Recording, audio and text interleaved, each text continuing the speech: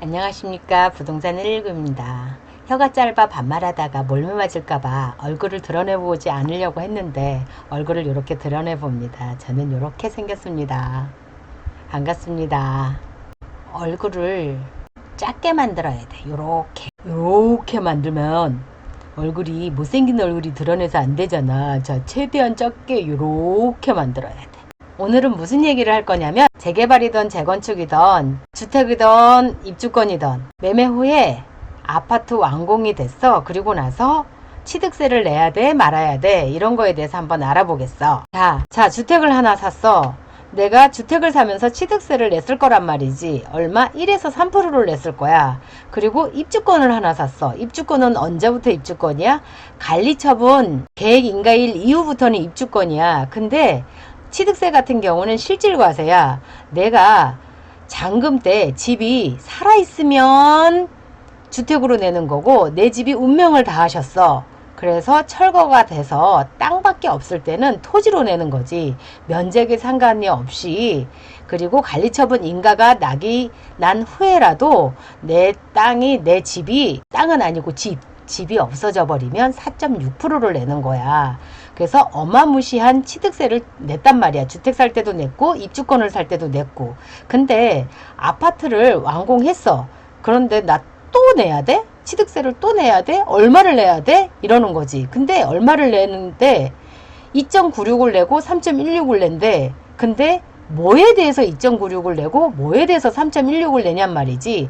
권리가격에 대해서 내는지 분양가격에서 내는지 아니면 권리가격에서 피를 플러스해서 내는지 분양가격에서 피를 플러스해서 내야 되는지 이거에 대해서 하나하나 알아보겠다는 얘긴 거지. 아파트 재건축 먼저 얘기 한번 해볼게. 아파트 재건축 같은 경우에는 가세표준이 공사비라고 생각하면 돼.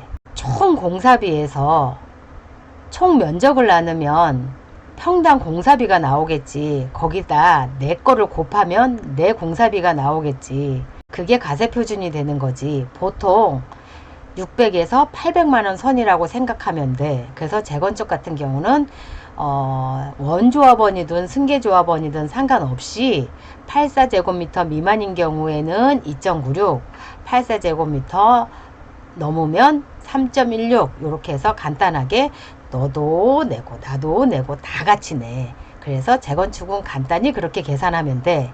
근데 재개발 같은 경우는 많이 복잡해. 왜냐면 재건축은 민영사업이다 보니까 공사비를 다 부담해야 되지만 재개발 같은 경우에는 수용권을 가진 공공사업이야.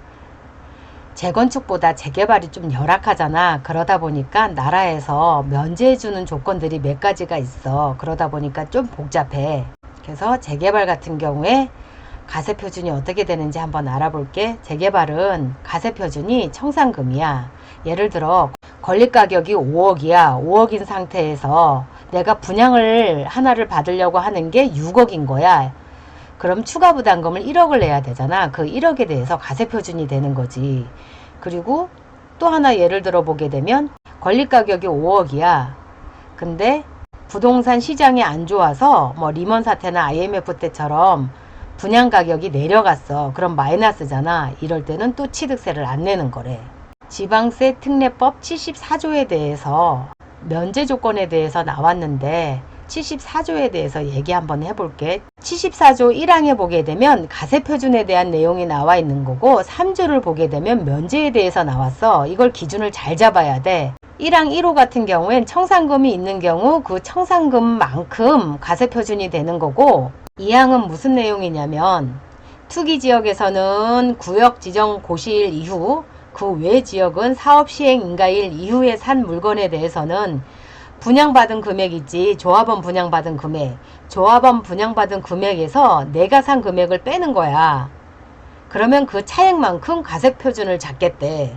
그리고 또 3항은 무슨 내용이냐면 재개발 지역에서 정비구역 지정일 이전에 구입하고 8호제곱미터 이하에 신청한 사람에 대해서는 면제해 주겠대. 근데 청산금이 있는 사람도 면제해 주겠대.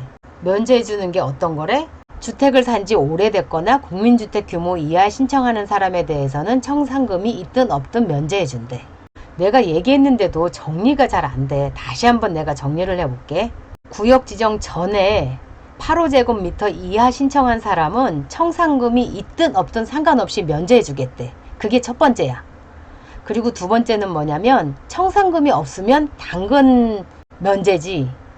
그래서 청산금이 없는 사람 면제야. 두 번째. 세 번째는 또 어떤 사람이냐면 투기지역에서는 구역 지정일, 그 외 지역에서는 사업 시행일 인가 이후에 사는 사람들 있잖아. 그 사람들은 분양권, 조합원 분양권 빼기 내가 산 금액에 대한 차액 있을 경우에만 취득세를 부과하겠대. 이 내용이야. 자, 이렇게 되면 어떻게 되냐면 내가 조합원 분양가보다 내가 산 금액이 항상 크단 말이야. 그럼 차액이 당연히 없지. 조합원 분양가가 훨씬 낮으니까 내가 비싸게 주고 산단 말이야. 피까지 다 플러스해서 산단 말이야. 그러다 보니까 취득세가 항상 발생하지가 않아. 그러면 국가에서 가만히 있겠냐고. 그래서 요번 5월 달부터는 이 분양 금액에다가 피를 얹어서 가세표준을 계산을 하겠다는 거야. 그러면 이 금액이 올라가 버리겠지. 그러면 취득세가 또 발생이 되겠지. 그러니까 5월 달부터는 국가에서 분양 금액 플러스 피를 얹어서 계산한 금액 빼기 내가 산 금액에 대해서 차액분에 대해서 가세표준을 잡겠다는 거지. 오늘은 어려운 얘기를 아주 어렵게 했는데 다음에는 쉬운 걸 가지고 와서 쉽게 얘기해 보겠습니다. 빠이빠이.